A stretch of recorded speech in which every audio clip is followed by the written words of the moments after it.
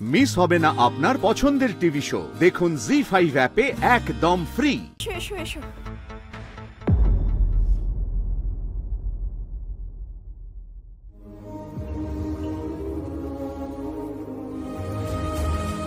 এই হলো অনিকেত দাদা আর এই হলো শ্যামলী দিদি। আজকে ওদের জন্যই আমি এখানে সুস্থ অবস্থায় দাঁড়িয়ে আছি, বিশ্বাস করো। কি বলতে চাইছো তুমি? ক্লিয়ারলি বলো না। না মানে আসলে ওই কাল রাতে মন্দিরে গেছিলাম তো, ওখানে কি বলে যে তোমাদের কৃতজ্ঞতা জানাবো সেটা আমি জি এইভাবে বলবেন না।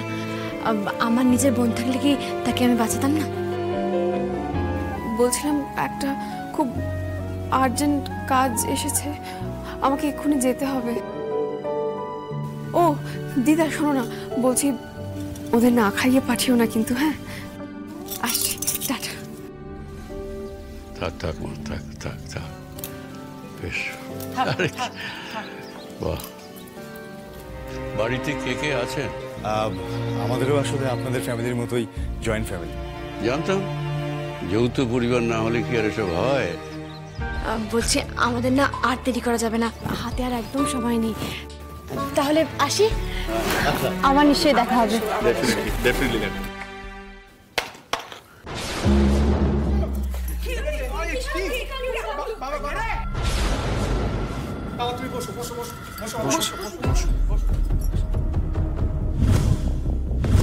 এটা কি হলো? এটা তো নতুন কিছু না।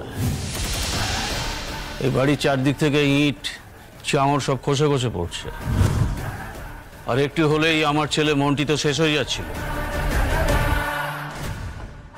লড়ঝড়ে বাড়িতে থাকা চলবে না। দেখি আপনি এরকম ভাবে কেন কথা বলছেন? ভদ্রভাবে কথা বলুন। এই, এটা কে রে? এই আপনি থামুন তো। এই শুনুন, ভালোই বলছি, বাড়িটা খালি করুন। কথা না শুনলে আমরাই সব ফসিয়ে দেবো। এত সাহস! মানে মিত্তির বাড়ির ইটের গায়ে যদি একটা আঁচড় পড়ে, তোমার একদিন কি আমার একদিন। বাড়ি ছেড়ে বেরোবো না। যা কি আমাকে চমকাচ্ছ? হ্যাঁ, আরে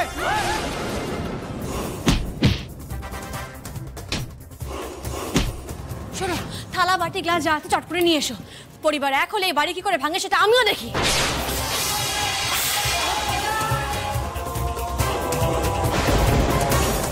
বাড়ি থেকে বের করতে পারিনি তো কি হয়েছে? এবার এই ভালো জল আর খারাপ জল মিলিয়ে মিশিয়ে এক করে দেবো। দেখি এরপরে ওরা এই বাড়িতে কি করে থাকে। এই ভাগ।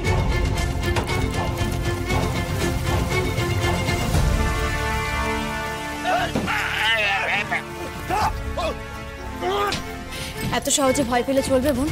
এই সময় শক্ত হাতে রুখে দাঁড়াতে হয়। তোমার কথা শুনে একটু মনে বল পেলাম ভাই। কিন্তু বাইরে অনেক বড় বিপদ ঘটে গেছে। আমাদের জলের পাইপটা কেটে দিয়েছে। কি সর্বনাশ হলো বলো দেখি। না, এই মিত্তির বাড়ি থেকে আমাকে বের করা যাবে না। যা খুশি করে ওরা, আমি এ বাড়ি ছেড়ে যাবো না। জি5 ডাউনলোড করুন আর সব এপিসোড দেখুন একদম ফ্রি।